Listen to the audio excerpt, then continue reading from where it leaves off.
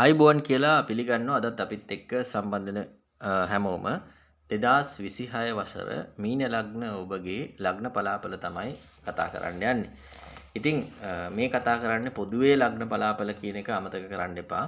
තමන්ගේ කේන්ද්‍රයට අනුව කොහොමද වසරක් ගෙවෙන්නේ කියන එක නැත්නම් 2026 වසර ගෙවෙන්නේ කියන එක දක්ෂ ජෝතිෂවිදියෙකුට දීලා බලව ගන්න. හරි. එතකොට මොකද එහෙම බලන්න තිබුණොත් තමන්ගේ ජීවිතේ වසර පුරාවට ඇතිවෙන ප්‍රශ්න වලට සාර්ථකව මුහුණ දෙන්න ඒ කරුණු වැදගත් වෙනවා. ඉතින් ඉන්න හරියට අර අපලයි කියන මිනිස්සු පස්සේ යන්නේ නැතුව මග පෙන්වීමක් පෙන්වන්න පුළුවන්. කියන්නේ නිවැරදි මග පෙන්වීම කරන්න පුළුවන් ජ්‍යොතිෂවේදී මුණ ගැහිලා ඒ කරුණු තමන්ගේ විසඳ ගන්න උත්සාහ කරන්න. ඒ වගේම අනිකුත් ලග්න හිමියන්ට අදාළව විස්තර ඩිස්ක්‍රිප්ෂන් එකේ සහ පළවෙනි කමෙන්ට් එකේ දාලා තියෙනවා ලින්ක් ටික. ඒ වගේන් ගිහිල්ලා තමන්ගේ හිතේශිවන්තයින්ගේ පවුලේ අයගේ තොරතුරු, ඒ කියන්නේ ඒගොල්ලන්ගේ ලග්න කොහොමද වර්ෂ පුරාවට ගෙවෙන්නේ තොරතුරු ටික බලා ගන්නත් පුළුවන්. පහුගිය වසරවල මතක ඇති එක මූලික කරුණක් හෝ දෙකක් මූලික කරගෙන වසර පුරාවටම ප්‍රශ්න පැන නගින බව පෙන්වලා දුන්නා. නැත්තම් වසර පුරාවකට නගින ප්‍රශ්න 100ක් විතර දේවල් ඇතුලේ ඇත්තටම අපිට දැක ගන්න තියෙන්නේ කරුණු එකක් හෝ දෙකක් මූලික කරගෙන තමයි ප්‍රශ්න 100 ඇති වෙලා තියෙන්නේ කියන එක පෙන්වලා දුන්න නිසා අද බලමු මේ මීන ලග්න හිමියන්ට කොහොමද මොකක්ද ප්‍රධාන ප්‍රශ්නය බවට පත් වෙන්නේ කියන එක අපි ප්‍රධාන කාරණේ බවට පත් වෙන්නේ ඕගොල්ලෝ ඉගෙන ගන්න අලුත් විෂයපතයක්. ඕගොල්ලෝ මාරු වෙන, ඒ කියන්නේ වෙනස් වෙලා යන අලුත් විෂයපතයක් තමයි. ඒ කියන්නේ ඔයාලගේ ජීවිතේ සම්පූර්ණ වෙනස් කරන්නේ.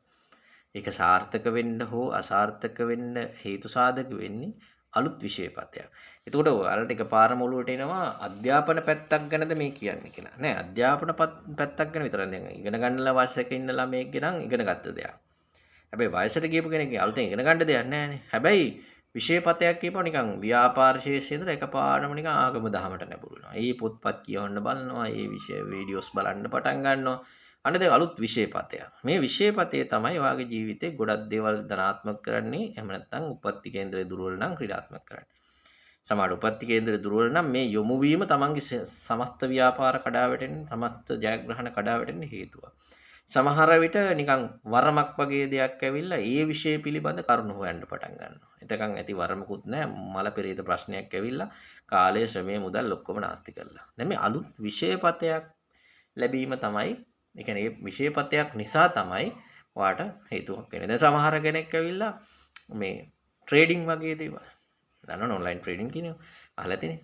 එතකොට ඒ වගේ මොන හරි දෙයකට නැත්නම් මෙහෙම හල්ලි හම්බ කරන්න පුළුවන් කියලා අලුත් පැතිකඩක් ගැන පෙන්නලා දෙනවා. ඉතින් ඒකට ඔය ආයෝජනය කළා වගේ සල්ලි නාස්ති කරනවා. සමහර කෙනෙක් ජයග්‍රහණය කරන්න පුළුවන් ඈ. ඒ කියන්නේ හොඳ දෙයකට යොදනොත් හොඳයි. නරක දෙයකට යොදනොත් නරකයි. නමුත් මම කියන්නේ ඔයාගේ මේ හොඳ නරක දෙක සිදු වෙන්න මේ වසර 2026 වසර බලපාන්නේ ඉගෙනගත්, ඒ කියන්නේ යොමු වන විෂයපතයක්. ඉගෙන ගන්නටත් වඩා යොමු වන විෂයපතයක්. මම කිසි පැත්තට ඒක අධ්‍යාපන ශාස්ත්‍රයේම විෂයපතයක් වෙන්නත් පුළුවන්. නැත්නම් අපි නිකන් ජීවිතය අර මං කිව්වේ සාමාන්‍ය කෙනෙක් ආගම දහමට හෝ ඒ වෙනත් ආගම සමහර ආගම මාරු කරලා වෙනත් දෙයකට යොමු වෙනවා. වෙනම ආගමකට. ඒක විනාශයකට හෝ ජයග්‍රහණයට හේතු වෙන්න පුළුවන්. ඒ කියන්නේ විෂයපතයක් තමයි මෙතන බලාපොරොත්තු වෙන්නේ.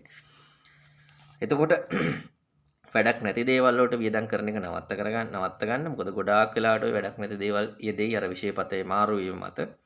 ඊට පස්සේ ණය වෙයි සමහරලාට ඒ විෂයපතේට වියදම් කරන්න. මේ ඔක්කොම බැඳෙනවා නේ. එකට බැඳෙනවා. එතකොට ඒ ණය වීම ඒවා පොඩ්ඩක් පාලනය කරගත්තොත් ගමනක් කොට දාන්න පුළුවන්. ඒක රැකිරාක්ෂා, ව්‍යාපාර, ඒ දේවල් දියුණු කරගන්න නම් අර මාරු වෙච්ච විෂයපතේ Tamanට ජනාත්මකව භාවිතා කරනවද නැද්ද කියන එක ගැන Taman හොඳ අවධානයක කල්පනාවක ඉන්න ඕනේ. හරිද? එතකොට Taman කරන වැඩ කටයුතු ටික, ඒ කියන්නේ දැන් අපි කොහේ හරි අනුන්ගේ තැනක රස්සාවක් කරනවා නම් එතනත් සමහරට විෂයපතේ මාරු වෙන්න පුළුවන්. ඒ කියන්නේ ඔයාලට මෙච්චර කාලයක් දීලා තිබුණේ රිසෙප්ෂන් එක නම් දැන් සමහරට වෙනත් සෙක්ෂන් එකක් බලන්න අවස්ථාව දෙනවා. ඒතකොට විෂයපතේ මාරු වෙලා කරන්න තියෙන දේ වෙනස්. ටිකක් එතන හැන්ඩල් කරන්න තියෙන දේවල් වෙනස්. ඒතකොට අන්න ඒ වගේ. ඒතකොට ඒවා පොඩ්ඩක් සීකල්පනාවෙන් කරොත් ජයග්‍රහණයක් ගන්න පුළුවන්. හරිද? ඒතර හදිස්සි අනතුරු කියන එක අනිවාර්යයි. මොකද මෙහෙම විෂයපතේ මාරු වෙලා යනකොට අර තමන්ගේ අවධානය බිඳෙනවා. ගොඩක් වෙලාට අවධානය බිඳෙනවා. මොකද පුරුදු නැහැනේ. ගොඩක් අයට අලුත් විෂයපතේට මාරු වෙච්චාම හුරු නැහැ. ඒ අලුත් ක්‍රමවේදේ හුරු නැහැ. එතකොට ඒ මත ඇතිවෙන හදිස්සි දේවල් නැත්නම් ඒ ගැන කල්පනා කර වහන යන්න ගිහලා වාහනයක් ඇක්සිඩන්ට් වෙන්න පුළුවන්. ඒ ගැන කල්පනා කරන්න ගිහලා මානසික රෝග වලට යන්න පුළුවන් යම් කිසි කෙනෙක්. අර මං කියවනම් වගේ කතා කියලානේ. ඒ වගේ පැත්තක වෙන්න පුළුවන්. ඒ නිසා පොඩ්ඩක් අනතුරු ඇති වෙන්න පුළුවන්. කල්පනාවෙන් යන්න ඕනේ. විවාහ වගේ පැතිකඩවල් දරුමල්ලෝ ලැබෙන ඒවා මේ මත පදනම් වෙනවා. ඒ කියන්නේ මේ අලුත් විෂයපතයකට යොමු වීම හේතු කරන කොටගෙන තමයි ගොඩක් වෙලාවට ඔය කියන සාධක දේවල් සිද්ධ වෙන්නේ. හරිද? ඒ වගේම ගෙවල් දොරවල් යාන වාහන ඉදින් හිටුන් ඒ දේවල් හොඳින් පවත්වා ගන්න, තව දේවල් ළඟා කරගන්න, තව ඒවා වැඩි දියුණු කරගන්නත් උත්සාහ කරන කාලයක් බවට පත් වේ. දැන් යාන වාහනයක් නැත්තම් ගන්න හිතන කාලයක් වෙයි. ඒකටත් අර විෂය මාරු වීම බලපානවා. මේක වැදෙන හැටි බලන්න. ඔයගොල්ලෝ වැඩේ සිද්ධ වෙනකොට බලන්නකො. නැත්තම් ඔයගොල්ලෝම තර්ක කරයි මොකද්ද මේ එකම කියන්නේ කියලා. ඒක වෙනකොට බලන්න. නැත්තම් වෙන්නේ අලුතෙන් මගේ වීඩියෝත් එක්ක සම්බන්ධ පරණ අයට නම් ගැටලුවක් නැහැ. අලුතෙන් මගේ වීඩියෝත් එක්ක සම්බන්ධ නැහැ. නිකන් එකපාරම කලබල වෙනවා. මොනවද මේ කියන්නේ? අනිත් මිනිස්සු මෙහෙමයි පලාපල කිව්වේ. අර රටේ ඇති ගල් පෙරලෙන ඒවා මුද කොට ගල්නවා. ඔය ඉතින් අපි කියලා තියෙන්නේ. අපි මීට අවසර ගණනාවක් ඉඳලා මේ කාර්යය තියෙන ව්‍යසන තත්ත්වයල් ගැන අපි ලස්සනට විස්තර කරලා දීලා තියෙනවා. හරිද? ඒවා ගිහිල්ලා වීඩියෝස් බලන්න. ඒවා වෙනම කතා කරන වීඩියෝ. මේ පලාපල කතා කරන වීඩියෝස් නෙමෙයි. හරි. ඒ වගේම තමන් රටේ තොටේ ප්‍රසිද්ධ වෙන්න, කීර්ති ප්‍රශංසා ලබන්න, සමිත් සමාගම් වල නිරතර දරන්න, රජයේ උනත් රජය කියලා අදහස් කරන්නේ දේශපාලන පසුබිමක් හදාගෙන, සමාජීය පසුබිමක් හදාගෙන ඉස්සරහට එන්න හොඳ අවස්ථාවක්, හොඳ කාලයක්. ඒ නිසා සමාජ සේවය දෙන්න. විෂයපතේ මාරු වෙන්නේ සමහරට සමාජ සේවය කරන්න වෙන්න පුළුවන්. වැඩි පිරිසකට සේවය කරන්න වෙන්න පුළුවන්. ඒ වගේම අලුත් දේවල් ඉගෙන ගන්නත් හම්බ වෙනවා ওই පැත්තේ. කොහොමද විෂයපතේ මාරු වුණාම අලුත් දෙයක් වෙනවම තමයි. ඒක ඉගෙන ගන්න කෙනෙක් නම් අධ්‍යාපන ශාස්ත්‍රය යන කෙනෙක් නම් නීතිමය පැතිකඩවල් වගේ එහෙම නැත්නම් ඔය මම අර කිව්වා වගේ සමාජයත් එක්ක ගැටෙන නිසා සමාජ විද්‍යාව නීතිමය පැතිකඩවල් වගේ දේවල් ඒ පැත්තට තියෙන දේවල් ඉගෙන ගන්නවා නම් ගොඩක් හොඳයි. හරිද? ඒක තමයි ජයග්‍රහණය. ඒක කියන්නේ විෂයපතේ මාරු කරන නම් අන්න ඒ පැත්තට මාරු කරන්න. ඒක ඔයාලගේ ජයග්‍රහණය බවට පත් වෙනවා මේ අධ්‍යාපන ශාස්ත්‍රයේ ඉන්න කට්ටිය. තාම කියන්නේ වයස ප්‍රශ්නයක් නැහැ. ඉගෙන ගනිමින් ඉන්න කට්ටිය. ඒ වගේම අසනීප පැත්තෙන් ගත්තොත් එහෙම ඒකට ප්‍රධාන හේතුව බවට පත් වෙන්නේ හෘදයාබාධ, එහෙම නැත්නම් වාත අමාරු, එහෙම නැත්නම් දනහිස් කැක්කුම් වගේ දේවල්. මේ දැන් විෂයපතේ මාරු නිසා ඇවිදීමට සිද්ධ වෙනවා. අර හදිසි අනතුරු කතාව මතකයිනේ. ඒතකොට මේ දනහිස් සම්බන්ධව පොඩ්ඩක් සැලකිලිමත් වෙලා ඉන්න. ওই ටික තමයි අසනීපයක් වශයෙන් හෝ ඒ ඇතිවිය හැකි කාරණා වශයෙන් තියෙන්නේ. ප්‍රධානම කියපු කාරණාව මතකද? අධ්‍යාපන කටයුත්ත. එහෙම නැත්නම් විෂයපතය මාරු වීමක්. ඔන්න ඕකයි මත මේ ඉගෙන ගන්නවම කියන අධ්‍යාපනය කියන වචනයටත් වඩා හොඳ විෂයපතය. Taman මෙතෙක් කරගෙන ආපු විෂයපතේ හාත්පස වෙනස් වෙනවා.